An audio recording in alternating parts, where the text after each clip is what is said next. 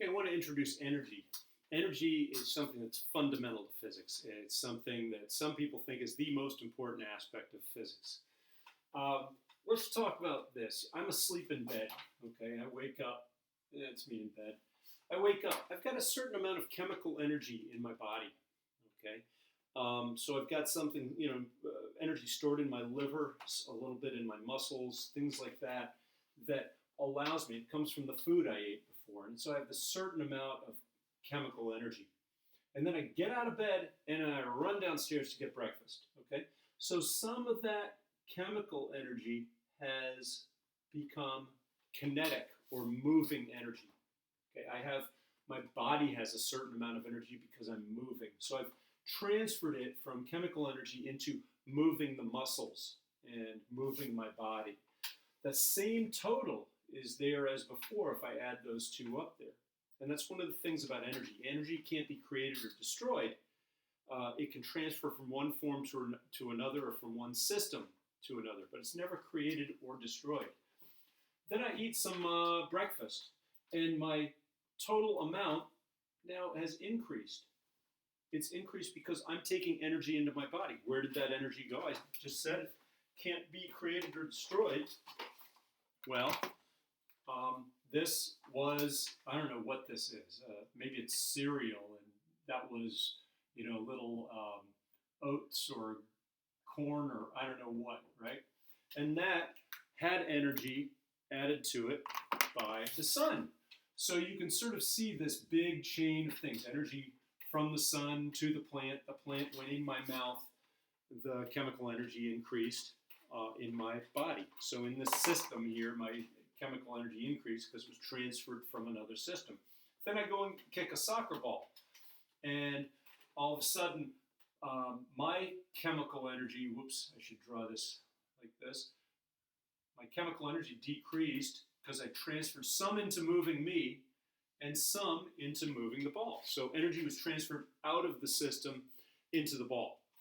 Okay, so that's a general view of energy. Energy flows, and you'll see these diagrams sometime. The total adds up to the same number unless there's some flow of energy into the system or out of the system, in this case, where it goes into the ball.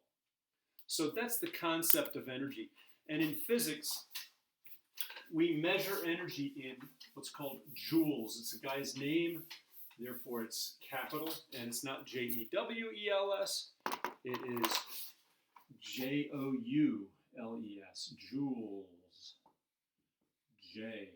And a joule is, 1 joule is equivalent to 1 kilogram meter squared per second squared. So it looks a little bit like a Newton. A Newton was a kilogram meter per second squared. This is a kilogram meter squared per second squared. And so in this class, the way I want you to understand this whole system sense of energy transferring from systems to systems, and other than that being conserved. And we'll talk about conservation, which is a huge part. But I want to talk about, in general in this class, we're going to be talking about a system. And we're not going to be talking so much about chemical energy. We're going to be talking about energies that, well, let's just look at this. A system has a certain energy, and we're going to talk about kinetic energy, okay? Because we're generally not talking about a human, we're talking about a ball or a rock or something like that, a car, a bike. So we're going to generally measure the energy, the true energy that it has, by measuring its kinetic or moving energy. Moving energy. That's what kinetic energy means. Kinetic. Okay? And so we're going to say that an object has a certain amount of kinetic energy, and it will maintain that amount of kinetic energy. Think of Newton's first law. An object in motion remains in motion unless acted on by a net external force. Okay? And that net external force, we say, does work on the system. So the energy is conserved unless work is done on the system or by the system. So if work is done on the system, it transmits energy, adds energy to the system. So adding work to the system, adding energy to the system, or taking energy out of the system, I'll just call this minus E. Let me even call it delta E, is called work. This would be negative work. You're subtracting energy from the system. So think of this. If kinetic energy is moving energy, you've got a ball rolling along a street, okay? If I kick it, I'm doing work. I'm adding energy from my system, right? It really takes some effort, some transfer of energy from me to the ball, okay? Friction is a good example of negative work. Friction is a good example of taking energy out of the system. Friction slows the ball down. That transfer of energy, we don't really think of it that much, but friction, the surface is heat. If you rub your hands together, friction is associated with heating. Okay, so it's transferring energy out of the system. So this is how I want you to think about energy.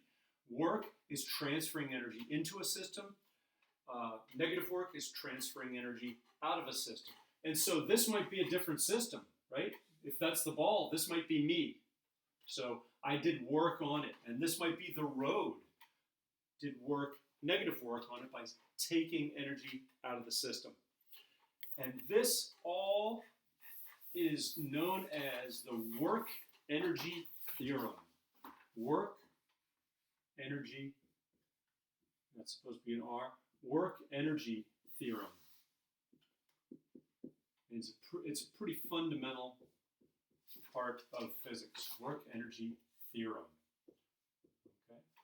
So really, work is equal to the change in kinetic energy. We're going to write kinetic energy as just K, kinetic energy. Okay. Kinetic energy, by the way, we have an equation for that. It's related to how much velocity the object has. But it turns out that when we look at the effect that things with a certain amount of kinetic energy have, when we talk about it in joules, it ends up being squared. And the equation ends up being 1/2 times the mass of the object. Okay? Obviously, a big rock rolling at 20 meters per second has a lot more energy than a small rock rolling at 20 meters per second. And that squared is very, very important. Very important. In driver's ed, you find out that if you're going 20 miles an hour, it takes a certain stopping distance. At 40 miles an hour, it takes 4 times as much, twice as big, squared. It's twice as hard to get that much energy out of the car. It's twice as hard for the friction between the car and the road to do the work to get you to stop. Okay, so stopping a car at 20 miles an hour and stopping a car at 40 miles an hour, vastly different things. This is 4 times, twice as big, squared, 4 times as much energy as a car going 20 miles an hour. Okay, we'll do a whole lot of stuff with this. But these are the 2 big things I want to start with. Kinetic energy is 1/2 mv squared, related to the velocity. Okay, and work, and I should write that as work, and we also measure it in joules, by the way. So this is in joules, and that's in joules. Work is how much energy you've put into the system or taken out, is how much the kinetic energy changes. So I'm going to start with just this, just the work-energy theorem, and this definition of kinetic energy, and that's all we're going to do in this first section here. The way that this is going to work is we're going to have problems where we can figure out from kinematics what the change in kinetic energy would be, and then we can figure out how much work there is from that. And I'm going to add another definition, an equivalent definition for work that will allow us to go between forces that are doing the work and the change in energy. Okay, let me do that. And then I will stop, and then we'll do some problems in another video. So the work energy theorem, we know work equals change in kinetic energy. So the change in kinetic energy, we know that it's going to be the final minus the initial. And so we could write that as 1/2 mv squared minus 1/2 m. The initial kinetic energy would be v0 squared. Trust me, this ends up being kind of cool. I'm going to write down now one definition of work, one way of measuring work. Work is caused by a force. Think of that. I kick a soccer ball, I apply a force. Friction takes energy out of a car or a rock or something, or a block sliding. So it's going to have to do with force. It ends up being force times the displacement, and it's a little trickier than that. There ends up being an angle, the angle between those two. Okay, this is there are potential problems with this because we're actually going to do problems that have inclined planes. Inclined planes, the angle, we always talk about theta, this being the angle. Well, this is now the angle between the force and the displacement, which may have nothing to do with that. We call that, well, Mr. Harris calls that theta confusion. Theta alert, theta alert. This is a vector. This is a vector. Work is not a vector. Work is a scalar. Have so much energy. This is the angle between. Okay, I'm going to say this over and over. I'm going to say f delta x cosine between. Very important to do that because there are going to be a lot of angles floating around. You want to make sure it's the angle between the force vector and the delta x. Okay, let's pretend you're pushing a ball in a straight line, frictionless surface, and you push it a displacement delta x in the same direction. Pretend everything's in the same direction. Cosine of 0, cosine of the angle between is 0. So, the angle is 0, so the cosine would be 1. If they're in the same direction, it's real easy. It's just f delta x. Let me plug that in over here. F delta x equals 1/2 mv squared minus 1/2 v0 squared. Okay? I want to show you something kind of cool. This is not something you'll ever really have to do again, but I want to show you something kind of cool. Let's multiply both sides by 2. 2f delta x equals m, and instead of writing mv squared minus mv0 squared, I'm going to do m times v minus v0 quantity squared. Oh, not quantity squared. V squared minus v0 squared. Okay, so I just took an m out of those, and I multiplied both sides by 2.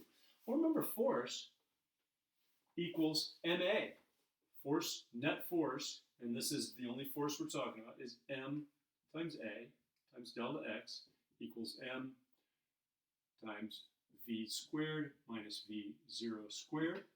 The m's will cancel. Hey, are you seeing something here? 2a delta x. If I add this over here, I have v0 squared plus 2a delta x equals v squared.